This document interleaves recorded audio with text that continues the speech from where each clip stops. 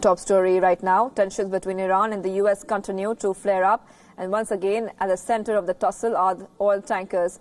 The Iranian oil tanker, which was seized by the British forces for allegedly charting a course to Syria, has now reportedly delivered its cargo.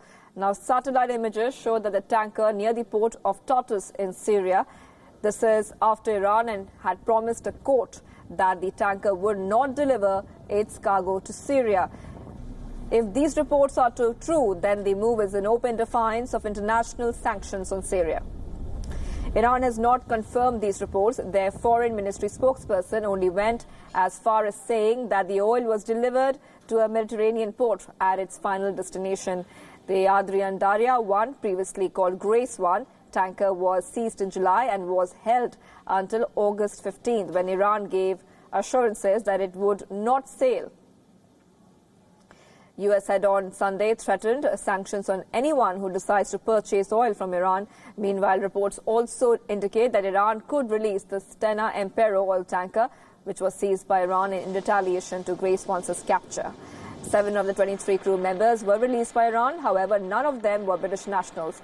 According to Iran's foreign ministry, the British nationals will be released only after all procedures are completed.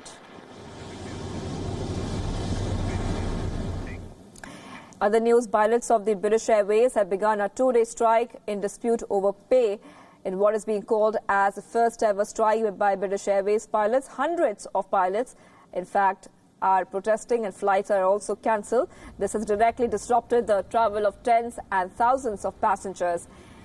In the wake of crisis over shared profits, some 4,000 pilots will continue to strike, and almost all of them, 1,600 flights that were due to fly, will be grounded. Members of the British Airline Pilots Association have said that the strike, which began yesterday, might in fact continue for the next 48 hours. A further industrial action has also been set for September 27th if the dispute over pay and conditions remains unresolved.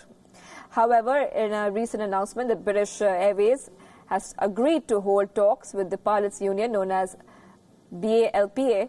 Demands of passengers' reimbursements has also been raised for those who had to resort to alternative travel arrangements.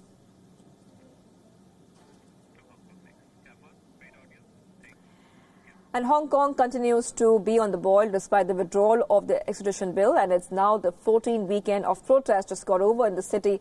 Anger against the MTR Corporation and the Hong Kong police have reached its boiling point.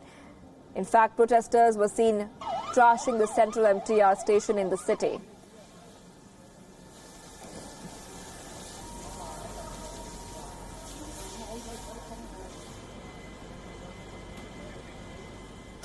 Hong Kong police has increased security checks on people travelling to the city's international airport. They're looking at passports and flight tickets in order to prevent protesters from gathering for demonstrations. Protesters even marched to the city consulate in an attempt to drum up international support for their protest movement.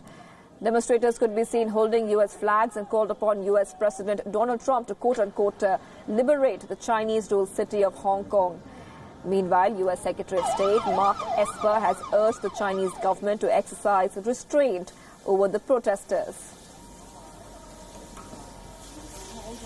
Hong Kong, we support the freedom of peoples around the world to peaceably assemble and express their concerns about their government. And I think with regard to the Chinese government, we would obviously urge restraint and not to act, and to kind of sit down and talk with the protesters and resolve the differences. That is the best way forward. Fresh clashes on Saturday. Police fired tear gas to try to clear the protesters outside a subway station. Demonstrators also lit fires and set up roadblocks in order to prevent the police from dispersing the crowd. Protesters also tore down signs, broke public property, set fires on the streets and drew graffiti on walls.